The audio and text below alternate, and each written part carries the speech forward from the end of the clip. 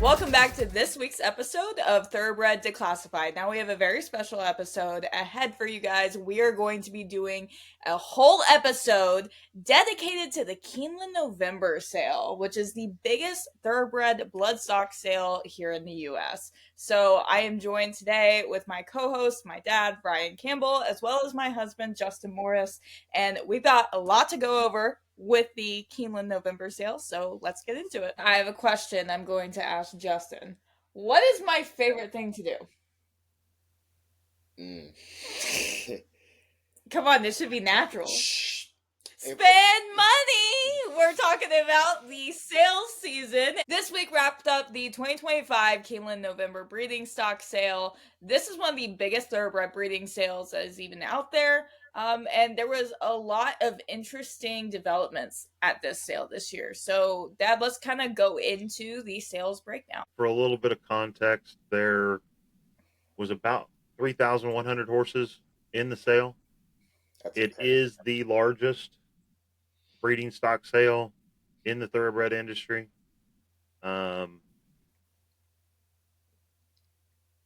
We've seen it as high as, I think, close to 5,000 horses before. Yeah, it used to be like almost double what it is now, just because there was more horses being born every year. Yeah, well, that makes sense. But, I mean, this year, we kind of didn't know how things were going to be because, you know, there are days traditionally in the sale that are what I would call cheaper horses, but the sales this year have been highly elevated in price. So, you know, you're kind of going into the sale, is the market going to hold, you know, with the higher prices, or is it going to come back down to levels from, you know, a couple years ago? And it definitely did not come back down, which from a seller's perspective, I'm sure that the majority of the sellers were extremely happy with the results of the sale. Yeah. From a buyer's perspective, on the other hand, you might be eating ramen for a couple months after purchasing anything. You're definitely out of coffee. Yeah. 1,000%. Yeah, we're out of coffee. So this year's for horses sold, there are 1,976 horses sold for a total of $245,901,900, which is mind-boggling. I mean, really close to $250 million sold. I think that's one way you have to look at is like Keeneland has such a legacy because that's such an absurd amount of money just to be sold within it's a 4-day process, correct? Oh no, this is almost 2 weeks. For 2 weeks, but even if it's 2 weeks, 245 million is nine sessions. And to put it in context, these are animals that 245 million are being spent on. Yeah, and they're weanlings, they're mares that are open, they're broodmare or racing prospects. Yeah. And then sometimes you'll even see stallions. Yeah, we didn't see it this year, I don't believe. Yeah, but there were 3 in there two in there this year. We actually know somebody who bought one of them. Nice. This is the highest grossing sales since November 2007. Wow. And there's some context to that. In 2007 would have been the years of probably over 5,000 entries in the sale. Yeah, versus 3,000 entries. The sales average, average sales price was $124,000 and some change, which was up 37%. And if you know the difference, a sales average is add them all up, divide it by the number of horses that sold, and that's your average. The sales median is number of horses and really the middle number. It kind of negates those $3 million purchases that happened. but even the sales median was up 60% from last or 50% from last year, being at $60,000. So That's to do the insane. quick math, I think last year was the median was 45,000. I guess would be kind of the thought. That's what's kind of crazy is like, and we've talked by the opening of the podcast and other times about how it is an industry you can get in and not have a lot of money. But when you see these numbers, and this is just somebody from a newbie perspective, it kind of daunts me away of having that thought, or it makes you have like doubts about that because it's like one of those is like, even we're middle class, we don't necessarily struggle, but like to look at the median being 60,000, which is a year's salary down here, is like that's a great year's salary, but that's on a horse, and that's just the median. Yeah. And like talking about stories and like how you all have bought and how you all went, and you'll see through some numbers here in just a second. It's crazy that the median looks like that, but when you even get higher into the number, you start to see how many horses are in a range that to That's accessible. the normal human being is just absurd to look at. I get why they go for that. Like, I understand value, but it's one of those where it's almost incomprehensible. And I think that's to a Well, degree where racing scares people off. to kind of put it in perspective, once we get to it, I mean, if you put it in the car business, you're talking Lamborghini money. Yeah, exactly. And then, 3 of them actually sold for Bugatti money. Yeah. So, leading sire of weanlings sold this year was Yalpon. That's Which, interesting. yeah, I mean, he's a freshman sire, a leading freshman sire this year. So I mean that's a really strong number, for him. What people are predicting his success as a stallion is going to be. Yeah. Um, Leading buyer in by terms of money, not by terms of number of uh, horses bought. We talked back last week about the Raging Torrent Syndicate buying Puka, which is the broodmare of the year this year. Mm-hmm. They also came into this sale and they were the leading buyer this sale, and they spent another $5.25 million for. And these are mares because it's the Raging Torrent. These are the syndicate. These are mares specifically for kicking off Raging Torrent's stallion career. Yeah. One interesting stat was it was somewhere in the middle of day 5 of an 8-day sale.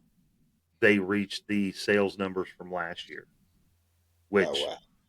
everything after that was just setting records. And then the last day, which is typically the cheapest day of the sale, it still brought in $3.2 million and sold 240 horses, with a last day average of $13,000 and a last day median average of 9,000, which that is extremely strong. Mm-hmm. Yeah. For a last day averages. This will put some things into perspective. Yep. And if you look at the picture behind, that is the outside walking ring. These horses are getting prepared to go.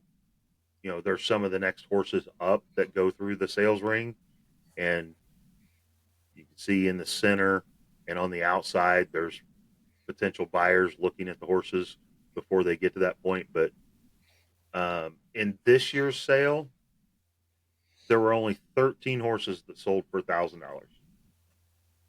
Oh. And that's a mix of weanling, broodmare prospect, and broodmares in full, which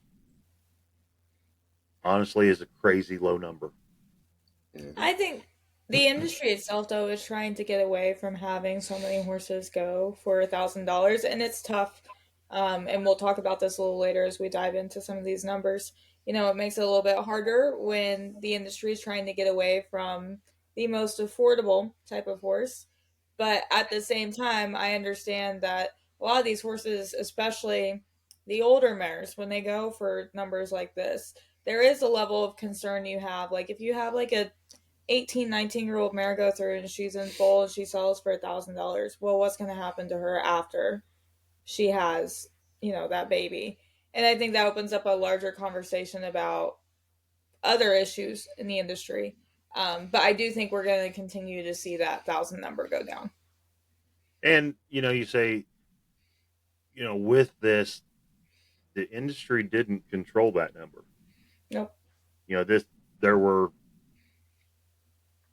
plenty of horses that 3-4 years ago probably would have sold for $1,000. Yep. And the market is just way better for the sellers at this point. Number of horses that sold between $1,000 and $15,000 was 400, which I think the craziest number to me is not the really high end horses, but you got 649 horses sold between 100,000 and 499,000. Yep. That's an insane. That's absurd.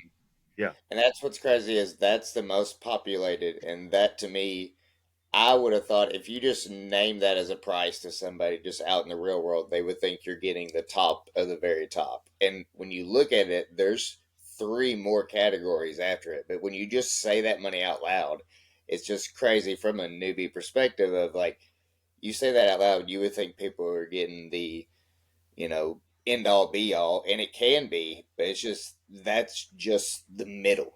Sport of Kings. Yeah. Well, let's put it this way. Once again, we'll go back to the car market. That's 649 Corvettes. Yep. Probably about 500 Lamborghinis.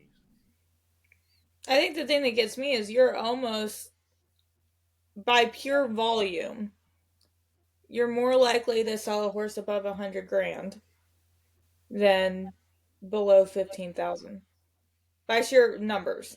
Right. And then horses that sold between 500,000 and 3.7 million. There were 3 horses that sold for over $3 million, but 72 horses brought 500,000 to $3.7 million. That is crazy. Yeah. And number of $1 million horses or higher were 18. 18 horses sold for $1 million or more. That's unheard of. Like it's how many places in 2 weeks? I know you take some sporting events like the bigger ones, but what event in 2 weeks can create that much revenue in theory? Well, and really, it's 8 days. Yeah, a day over a week this year because of the decline in numbers. It's just crazy. And every one of these sales is taxable by the state of Kentucky. Like 7%. So, state of Kentucky made a pretty good chunk of change from just this one sale. And it went to help our food banks. And then for the most affordable, that 1,000 to close to 2,500, $2,400. There were only 38 of them in the sale. That's wow. And should be quite a few in that range. And we say used to be quite a few. If we go back to 2024, our numbers for $1,000 horses in 2025 was 13. Yeah. In 2024, it was double that. A little more than double that. It was 27. In 2022, there were 47 $1,000 horses. So you're definitely showing that the prices of horses are trending up. Which, I mean, makes sense because the price of everything is going up. And then, a lot of these horses. I will say one thing that when we look at this next year, I want to track is how many European or imported horses came in for this sale. Because I think this sale would have been very interesting to track a number like that with everything else going up. We'll go back to, still 2025. We're at 13 $1,000 horses in 2020, which obviously was a strange year because of COVID. We were sitting at 38 horses sold for 1,000. But we go back to 2018, there were 111 horses sell for $1,000. So I mean, if you look at the trend, it could be next year there's 5 or less. I mean, it's Yeah. went less than half each time, and like that's it will be interesting to see if they can even get to 5. Mm-hmm.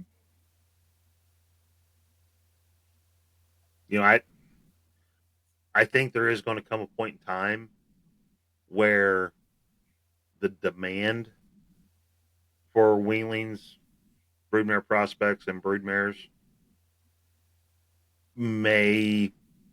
there may not be a single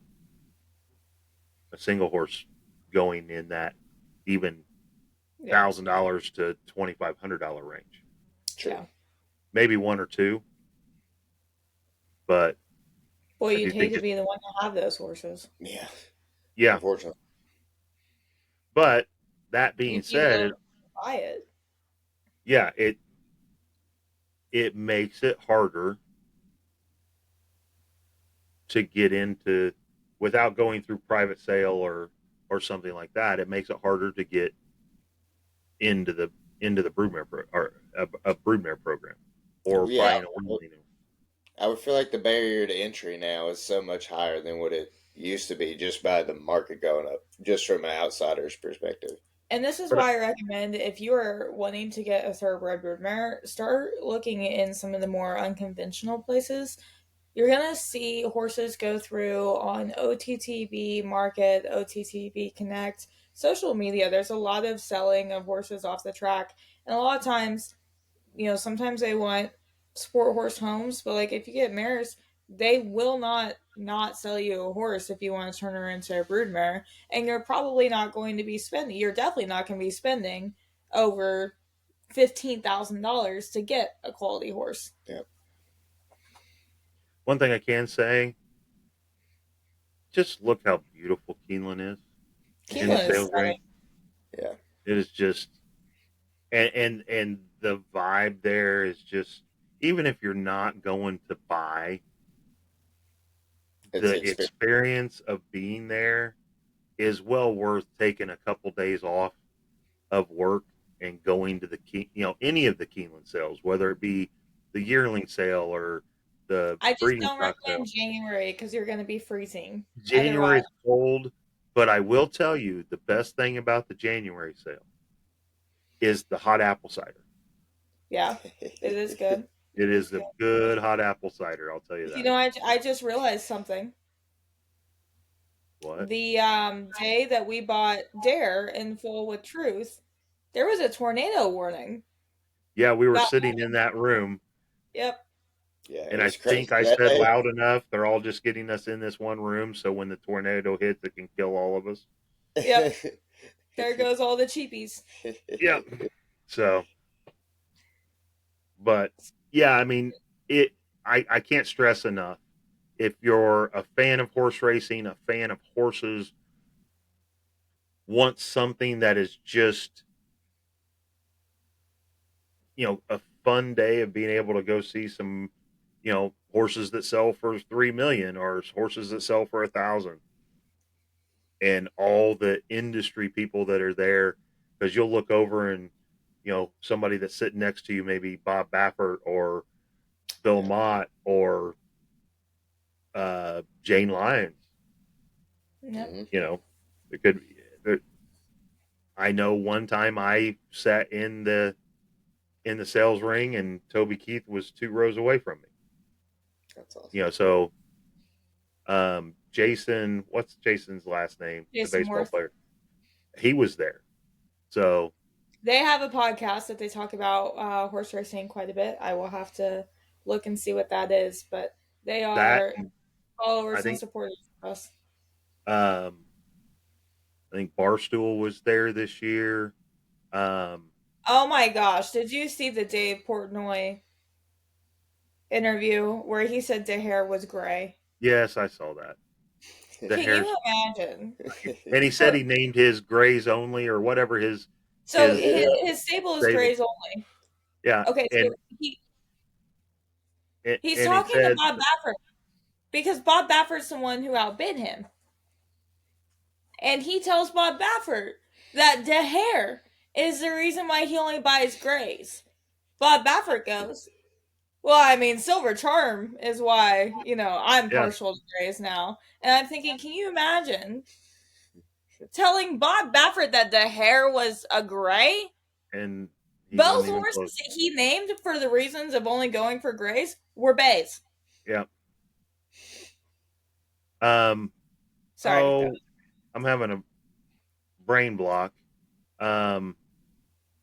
The influencer, Sandman. Griffin Johnson. I think Griffin was there that at the early part too. I think they bought with West Yeah, Point. because he did a video about let's bid on the $500,000 horse, and I'm like, that is an experience I will never have. Right. You know, I'm gonna address I love this. it. I'm gonna address this on this podcast.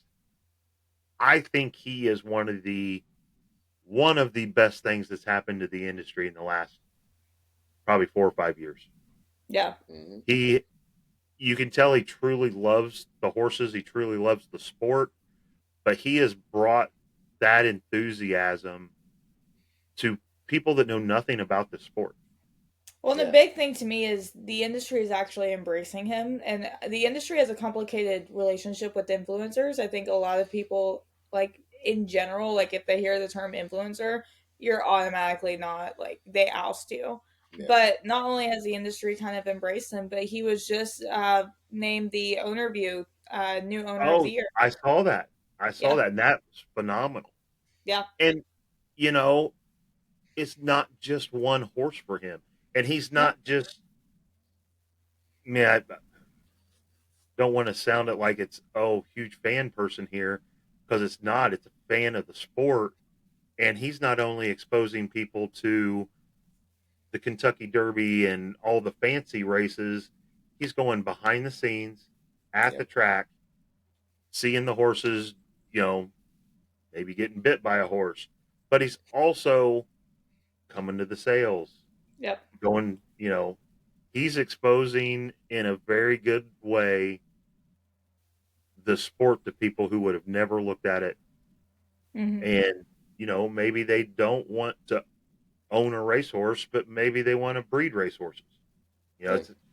And we need more people like him, in my opinion, to bring, if we don't bring new to the sport people, new to the breeding business people in, it's going to get so small that you won't even be able to support racing. Yeah. And, tradition, I guess, has been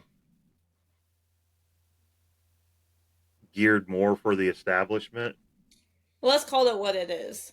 Elitism is choking the sport out. Yeah. And you have the blue bloods in this sport. Yeah. When the majority of the people that work in this sport are probably, they're not making a whole lot of money. Nope. No. You don't get in horses to get rich. No. And especially if you're not a millionaire, you definitely don't get in horses to get rich. You get in horses to ruin your credit score. I think somebody said if you want to make $1 million in horse racing, start out with $2 to $5 million, and then you might make $1 million.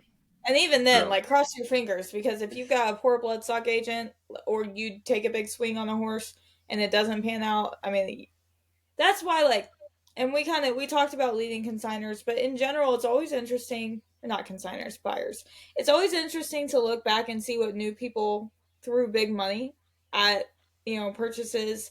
I'm not saying it's going to be like this with the Raging Torrent Syndicate. From what I've researched, I think they're in it for the long haul. But we have seen several people come into the industry that do have money, that they think because they have like real world money, it's going to go far in the racing industry. And then they realize very quickly horses are like the best way to lose money because they're pretty, but then you're also basically burning money. So a question, and it's, I think maybe just from a different perspective, and maybe I don't mean it exactly how I say. Do you think new buyers and throwing real world money into it is they look at it more as the ultimate gamble of like, all right, I can throw $100,000 into this horse because I know once it's talented enough, it's going to hit this money, because it's almost like that's feels like, because so much more money is getting dumped in. Is that a different To me, I mindset, think it's or they don't realize how much money is truly in the sport. Mhm. So they may think they can spend 100 to God, they can go out and spend millions. But you've got Zidane, you've got a lot of these owners, Rapoli, they know what to look. It's almost a science at Resolute. this point. I Yeah, mean, Resolute. you do have some of these owners, heavy money owners, that take the approach of they buy into horses once they've made something of themselves. Iverum. Yeah, there are Well, more than just him out there, but you know, it also doesn't mean. I mean, we're going to talk about a mare, you know, here real soon, that was one of the highest priced um, mares and foals sold, and she really, up until this year, was probably more in that 50 to maybe 150 range in purchase, mhm. and she sells for 2.1 or 2.3 million this year. Yeah. But it's because she had a baby that went out and won a Breeders' Cup race. Well, even I want to give my favorite example about this with about money. So there was, and Dad probably knows what story I'm going to tell. There was a horse named the Green Monkey. He Okay. was by a horse named Mr. Greeley. This horse, he was incredibly fast. He was one of the first horses to ever have a sub 10-second breeze. I believe at OBS. Okay. I think it was OBS, may have been elsewhere. It was But this OBS. horse sold as a 2-year-old in training, sold for, what was it, $16 million? 16 million. Yeah. Do you want to hear what that horse did after? I'm assuming it didn't make $16 million. No, he It won a did. claiming race. No, no, no. He did not. He never won a race. He never won. I thought he won a claiming race. Nope, he never won a And race. then he went to stand, and then he died of laminitis shortly after. That's Mr. Greeley wasn't even, I mean, he was hot, don't get me wrong, but he wasn't I think he was a firing for, off the I way that I think he was a forestry Nick. the question would be, who is like theoretically, who is the second highest horse? Because like that seems like such an unreal number for a horse to sell for. For a 2-year-old in training, I don't know. I do know that there was Seattle Dancer who sold in the 90s as a yearling. He was a half to Seattle Slew, and he sold for 13 point something million. In the 90s, then, Yeah. okay, that's more impressive, actually. May have been like 9.8 million. Even, it was something even like still, like I'll that. say that's more impressive for. Well, and you had Better Than Honor, which she sold for 14 as a broodmare. Yeah. But I do think the Green Monkey. I don't think he was a Mr. Greeley. I think he was a forestry. Right, he was a forestry. I thought he was a Mr. Greeley. Why did I think that? He was Stormcat Alvin Unbridled Mare. Okay. Cool. Nice save on that. Listen, I get my stories like 60% correct. All right. Let's go on to the sales topper. This Lush Lips from Great Britain. Hip number 129. Yeah. She won the October 11th Queen Elizabeth Challenge Cup Stakes. which is on turf. I believe that's at Keeneland. She sold for $3.7 million. She's raced 10 times, finished first 4 times, 4 times second, has made 769,000 and some change. She was consigned by TaylorMade Sales and purchased by Dixiana Farm, which the plan is for her to race again next year. Yeah, I can see Dixiana campaigning her and then keeping her as a broodmare. Right. She's very much their style, what they like, and conformationally, she's a beautiful mare. Yep. And she can definitely run. Oh yeah, for sure. So I think that was a great buy for them. 3.7 is steep, but I feel like she's got some graded stakes left in her. But she is a filly. Yep. So she has residual value as a broodmare as well. Yep. So we did have 2 other horses that sold for $3 million or more.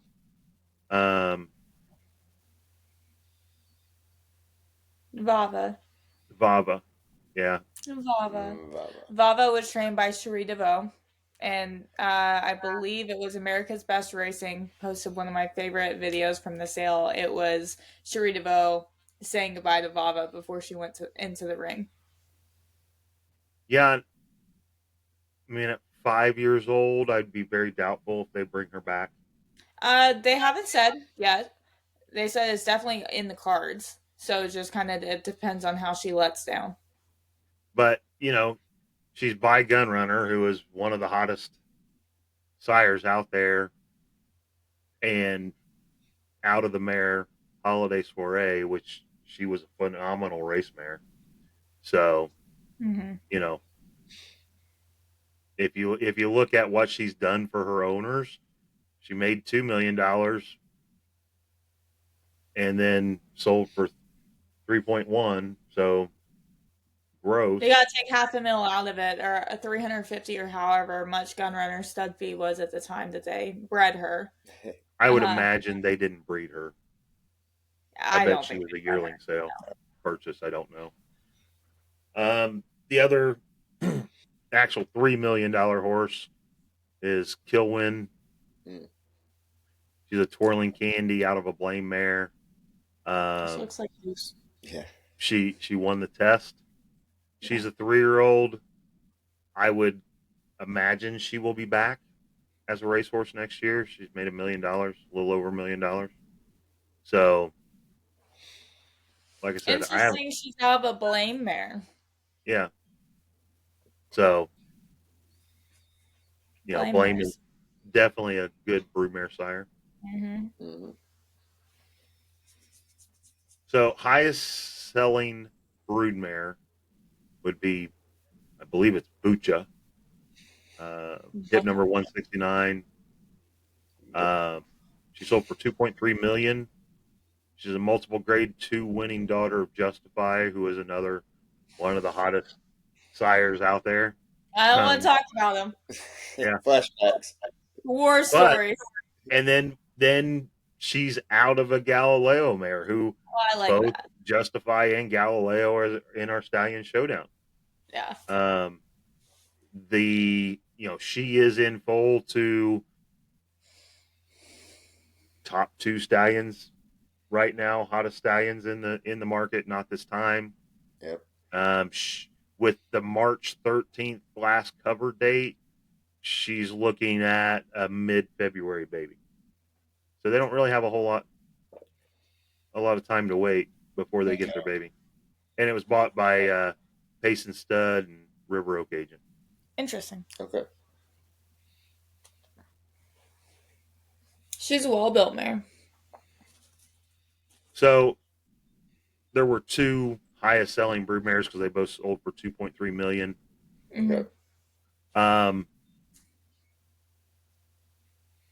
Super Simple. She is a winning daughter. She only made, I think, around $70,000 on the track. Okay. She's by Super Saver out of the pulpit mare Simplify. She's in foal on a March 15th cover to Gunite.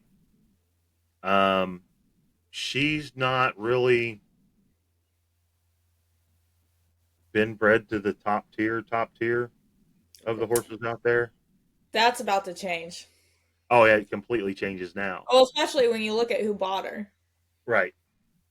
So the thing that happens, you have what probably 2-3 years ago would have been looked at as a mid range or maybe lower mare, mid lows.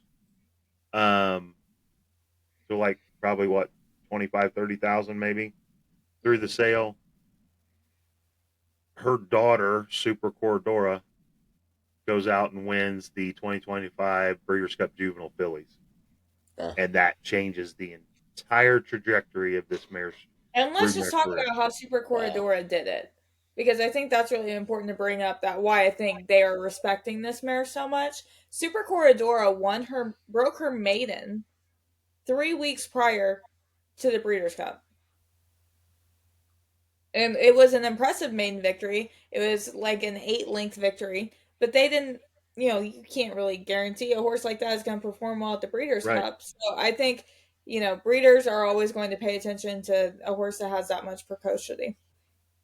It is interesting. Super Saver out of a pulpit mare. Mm-hmm. So, I think we talked earlier about pulpit being, a good broodmare sire.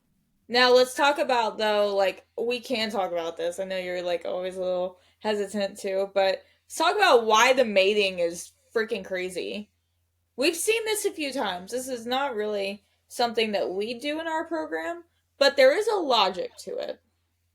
So let me bring it up real quick so I don't misspeak about anything.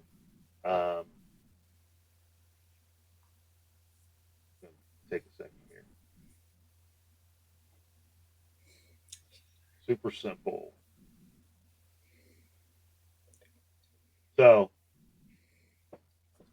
Super Simple has a half sister by Cowboy Cow. That would be the half sister sire, named Simple Surprise. Simple Surprise's leading earner is Gunite, who is by Gunrunner. Well, as you can see on the slide, Super Simple is actually in foal to Gunite. Wait. Oh. That's not even what I'm waiting about. So the second dam is a Cowboy Cow mare? No. Her half sister. Ah, okay. Interesting. So what they're doing is they're breeding her, and it makes a little more sense. But her half sister did really well with Gunrunner. So they're just going direct to Gunite. Yeah, but when you get the catalog page of the baby, Gunite will be the sire, and it'll be from the female family of Gunite. No, it'll be out of the half sister. So the baby's third dam. Yeah, so it'll be the baby's second dam will be on the sire side and the baby mare side of the pedigree. I wouldn't do it. Tree is a wreath. Yeah, we've seen it before at sales where, we've heard the auctioneer kind of chuckle when they say, Speightstown out of a it in full to Speightstown, out of Speightstown's half sister, or out of a mare who is That's by some quarter Spice Town's horse foal. shit. I I mean, don't care what you're saying. That is some quarter horse shit. yeah. So Yeah, that's weird. But that does kind of surprise me at the price. yeah, But in all honesty, I think They my probably weren't they probably weren't planning on selling her in full for one. I think that was probably something that happened because of Super Corridora. oh, absolutely. But I think probably the price of 2.3 million probably more reflects that the mare's worth 2.3 million. Or maybe some people are really into crosses like that. I don't know. Yeah, It's always risky. if I were the one making the mating plans, that is not what I would do. I No, do I like would find bringing another gun runner. I do like bringing in at a greater distance the same female family or a full sister or but that's a little too close. I mean that's exactly why we wouldn't breed Bien to White Abario. But with the cowboy cow note, reason why I say this, should we be? I mean, that makes sense. That's Candy Ride. Right. So, kind of goose-ish. Yeah. Very goosish. But Gunite would be the one that was like Goose. Yeah, She doesn't. not This mare does not have Cowboy Cow in her. It's her yeah. half sister that does. I I was just thinking of our brood mares on that. Yeah. Because I heard Cowboy Cow and Well, Super that wraps it Corridora up for. herself. Nope. I think. Hang on. Super Corridora herself is a gun runner, so it actually may help the cross itself. The gun knight may have helped the price. Well, I could see going to any other son of Gunrunner than Gunite. What you got against gun knight? His mom is her half sister. Yeah, it's. I'm just saying. I will fight for gun knight. It's not Maybe against. tiny. It's not against Gunite at all. But A little too close. Oh, I agree. yeah. Yeah, that's a. Yeah, that's a little too. I mean, it's obviously like way cheaper. It's way cheaper to go to a son of Gunrunner than it is to go to Gunrunner right now. True. Yeah, but there's so many sons on the market, you know? Like I think that's the thing that I don't understand is like why would you go to Gunite when you've got Cyberknife, Cyberknife, Gun Pilot. yeah, this was his first year. That would make some sense. I don't know what Gun Pilot is but who else is there? Papa Cap. Yep. So I mean, we're going to start seeing Gunrunner sons like we see in the Mischief sons at this point. Yeah. Yep. So, well, that wraps up the sales section of our podcast. Got any last things to throw in there? Nope, Justin, we survived this sale without buying a mare. Let's see if we can keep that streak alive for the upcoming sales. I think one quick interesting perspective, just you're showing the numbers, even year over year, you as a potential buyer at the sales, Ryan, what changed year over year the most? And do you think it's going to continue to change year over year? Or what was your perspective difference from last year at the sales or even the couple past years compared to this year?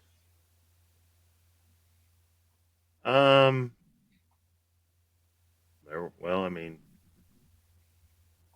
there were a few of the horses that we looked at in last year's sales that were in this year's sales. I just think it's more of affected by supply and demand right now. Yeah. The supply is definitely low. I mean, being breeders, we know that there was, industry wide some issues with mares getting in foal this year. Mm. So, this could be other breeders who had mares that did not get in foal that are bringing in mares that are in foal to carry the weight of the mares that didn't get in foal. Yep. But I mean, in all honesty, I think it truly is a supply and demand type Mhm. situation. There's just not enough mares out there to produce enough racehorses. And I think that creates a larger discussion that we've been seeing with the industry is how do we increase demand? And the thing that I like what's going on is how do we increase how many babies are born? They're really leaning on the regional states to increase their breeding programs because I think Kentucky, I mean, of course, Kentucky's going to be top of the top, but you can't have a Keeneland sale with just Kentucky horses. So it's kind of a little bit of a lesson in economics. If the prices aren't high enough, people don't breed. Mm-hmm. Brood mares get retired Mm-hmm. to other jobs, whether it be RRP, whatever. And then the number of available horses go down, price goes up, and as it continues to go up, people bring more mares, racehorses into the market until it reaches a median point where the sales and the supply cross in the center. So I think, there are questions going around of how do we increase? Well, the breeders have to be able to survive. Mm-hmm. So when you produce a foal or you get a mare in foal that you're going to sell, it needs to cover at least its expense for you having it. Yeah. And as the prices go up, breeders breed more mares, more babies, because they can make more money to be able to make a living. So I think the true answer behind how do you get it to where you're breeding more mares, you have more racehorses, the foal crops go up, is it has to be where the person creating the babies are going to make money. And that's where state incentives are really huge. And this is why I think a lot of states are reevaluating their programs. But a lot of it, I mean, we got to get people out to the tracks. We got to get people wagering more on site, on track, because it does go directly back. It does directly impact us. And I'm not a gambler. I don't do much of that. But it is really important if you do gamble to try to gamble at the track rather than using on your phone. So And you know, it is a little painful when you're trying to build a broodmare band or whatever that the more affordable mares aren't there anymore. Mm. mm-hmm. But you also There's have other to ways. remember that if you have a quality, mare that can produce, winners and that kind of stuff, and you breed them to the right stallions, if you can pay $10,000 for a mare and that baby you got a shot at selling it for 20, then you can justify, okay, I can buy 5 mares at 10,000, Mm-hmm. and that's how the program grows. But Well, in as some long programs, some states have incentives for purchasing at public auction. Mhm. So if you buy above a certain threshold, like price wise, you'll get a kickback from the state from that. Indiana has that. If you want to explain that a little bit. If you purchase a mare at public auction, so let's say you purchased a mare at this Keeneland sale, and you purchased it for $2,500 or higher, you have to get that mare into the state of Indiana and registered with the state of Indiana within 14 days of the end of the sale. And when that foal is produced and registered, the state will send you $1,000. If you breed that mare back to an Indiana sire and you come back to Indiana with that mare and you foal that next baby, once that next baby is registered, they will send you an additional $1,000. So that $2,500 mare would actually cost you $500. So, or that $10,000 mare would be $8,000. Yeah. But then you get the benefit of those babies being born in a state with breeding incentives, and I think we've talked about it before. In the state of Indiana, if your baby that you bred wins a race in the state of Indiana that's 10,000 claiming and above, your breeder's award is 20% of the total purse. So make it easy. Your horse wins a $100,000 race. The state's, at Horseshoe Indy, the state sends you a $20,000 check. I think that's a great way if you're talking about if you breed in it and you have the right mares and have the knowledge, that's a way to get into it, and that's a way to slowly build the program of those little kickbacks and incentives, so you're constantly almost double paying yourself when you're successful with your picks and your logic along things, because not only are you winning the money, especially if you're the owner and you're the one who's racing it, you're also getting a kickback on top of it, so that you're double paying yourself. So it just doubles up the investment, I think that's the cool thing about the regional programs, learning that I didn't really know, because I barely knew the Kentucky scene, and I quickly learned, once I did learn the Kentucky scene, it's in another tax bracket most of the time. So learning the regional programs and how that's really cool of how they make it a heavy influence in the market. Look, I'll give a comparison. So where the Kentucky bred, Kentucky registered babies get the most boost is not for the breeder, but for the owner that races them, because they're racing for much higher purses instead of having much higher breeders' awards.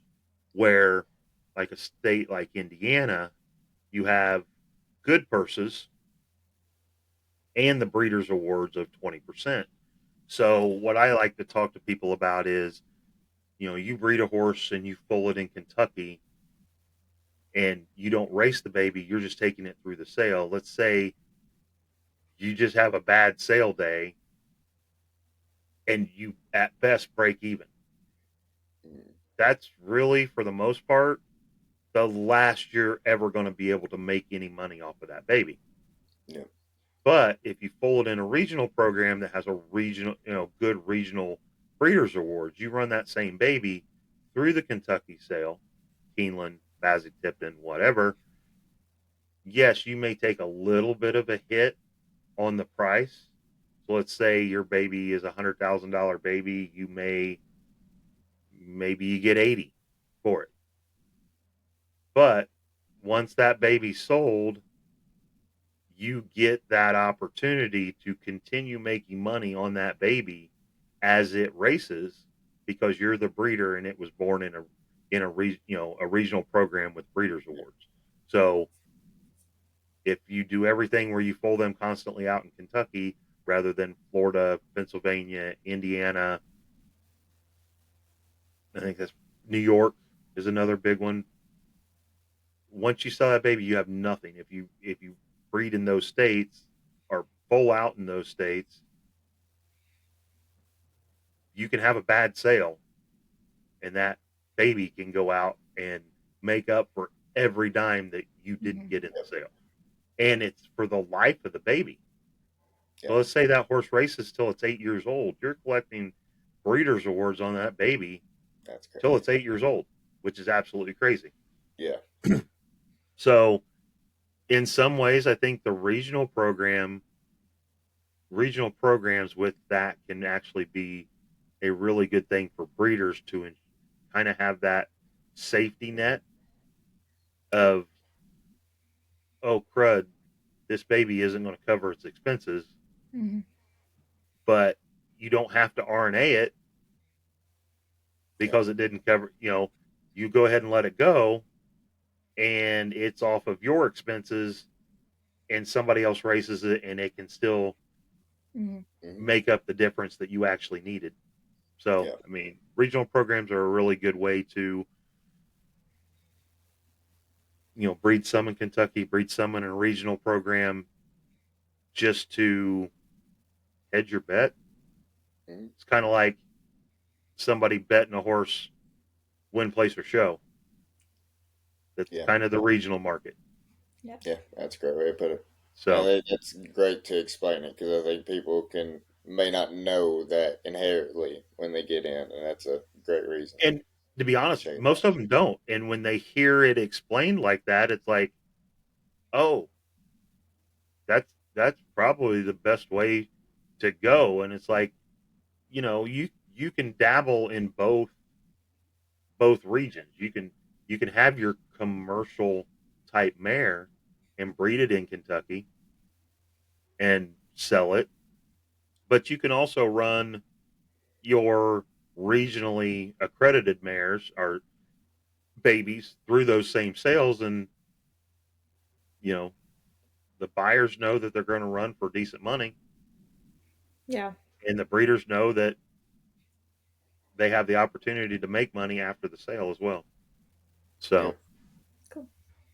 I haven't thrown it in there yet, but like, subscribe, comment. I have a personal goal. Our highest viewed video as of recording this was 540. Let's see if we can beat that. If we get to 541, we'll get I'll make Ryan add in confetti at the end somewhere. I'm sure you can put that in here. He's got a soundboard. We'll add like effects to it. Let's try to get to 541. Yeah. I mean, the more views, the more likes, the more the algorithm takes it to other people. Well, we'll see. Well, that is it for this week. Hope you all enjoyed, and we'll see you next week for another day in the life of the thoroughbred industry. Thanks for hanging with us, guys. We'll catch you on the next one. Thanks, guys.